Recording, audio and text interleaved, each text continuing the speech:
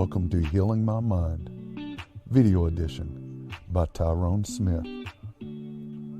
Healing My Mind.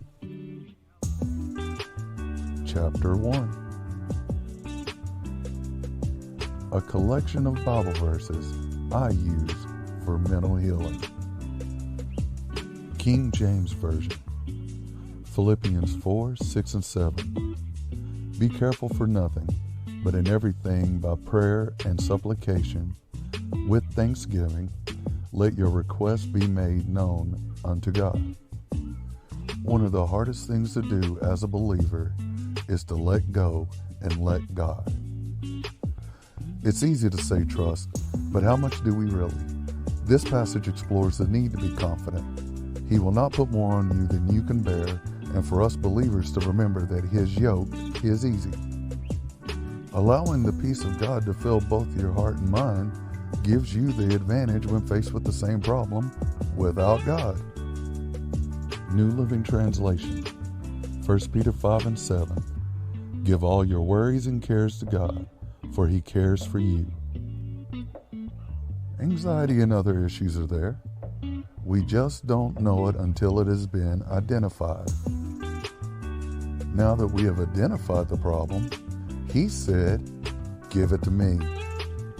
Once the believer has given it to God, who better to handle the situation? King James Version, 2 Timothy 1 and 7. For God hath not given us a spirit of fear, but of power, and of love, and of a sound mind. Translated several ways, the intent is for believers to understand we are not to fear God, or to be afraid or scared of this world. Fear means to respect used in this context. Secondly, not of fear, but of power. Although fear is a human emotion, love and self-control, temperance, play a major role in dispersing the spirit of fear. It is love that makes you tell the truth, and self-control that helps you accept the truth. New Living Translation, Isaiah 41:10. Don't be afraid, for I am with you. Don't be discouraged, for I am your God. I will strengthen you and help you. I will hold you up with my victorious right hand. Fear is paralyzing. Even in the darkest of hours, He is with us, but some believers will have a hiccup even when His grace is sufficient. The one thing to remember is that whether you've been there or not, you may end up in a similar situation. It is the purpose of the believer to help clear obstacles without becoming one. If it's too hard for you and your circle, it's time to give it to God. Dedicated to my wife and kids, parents of kids I coached, and most importantly, G-O-D. If you receive a copy of this document other than the source, Tyrone Smith, I cannot guarantee nothing has been tampered with. This document is not to be used in place of physical or medical advice from a licensed professional. This is the beginning of my testimony. Chapter 2. New Living Translation, John 14:27. I am leaving you with a gift, peace of mind and heart. And the peace I give is a gift the world cannot give. So don't be troubled or afraid. Even when the disciples had spent all their time with Christ, they still didn't understand the full scope of the plan. If I'm being honest, neither do we. Christ then said that the Holy Spirit is to be our comforter, teacher, and will bring things back to our memory. It's not the peace of the Holy Spirit, it's the peace of God which should rule over our mind and hearts. When God fills your heart with peace, there is no room at the end for fear. New Living Translation, Matthew 11, 28 through 30. Then Jesus said, "Come to me, all of you who are weary and carry heavy burdens, and I will give you rest." Whether you have the proverbial monkey on your back, or seems like every day something else is added to the fire, we as believers have an option. We can continue to struggle with what's going on in our lives, or we can prioritize. Let me teach you, because I am humble and gentle at heart, and you will find rest for your souls. For my yoke is easy to bear, and the burden I give you is light.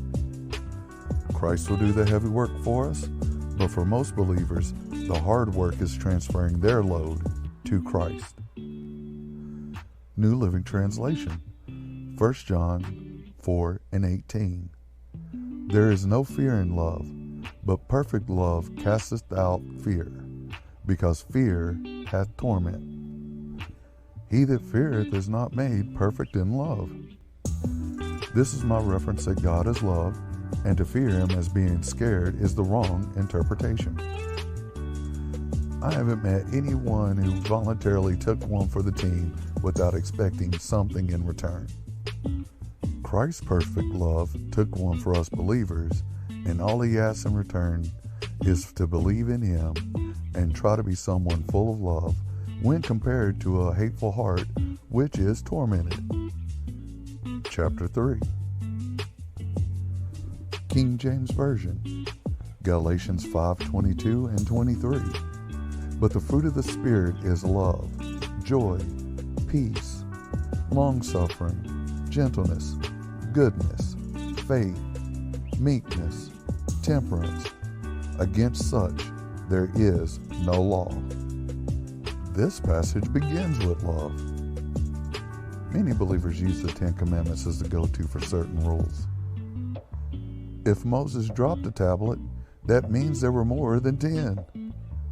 Love is a total upgrade for these commandments for one major reason. If you have love in your heart, the commandments are covered by default.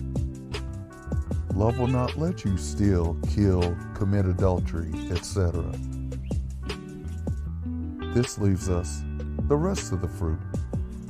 The Spirit is our tree, and you can tell a believer by their fruit.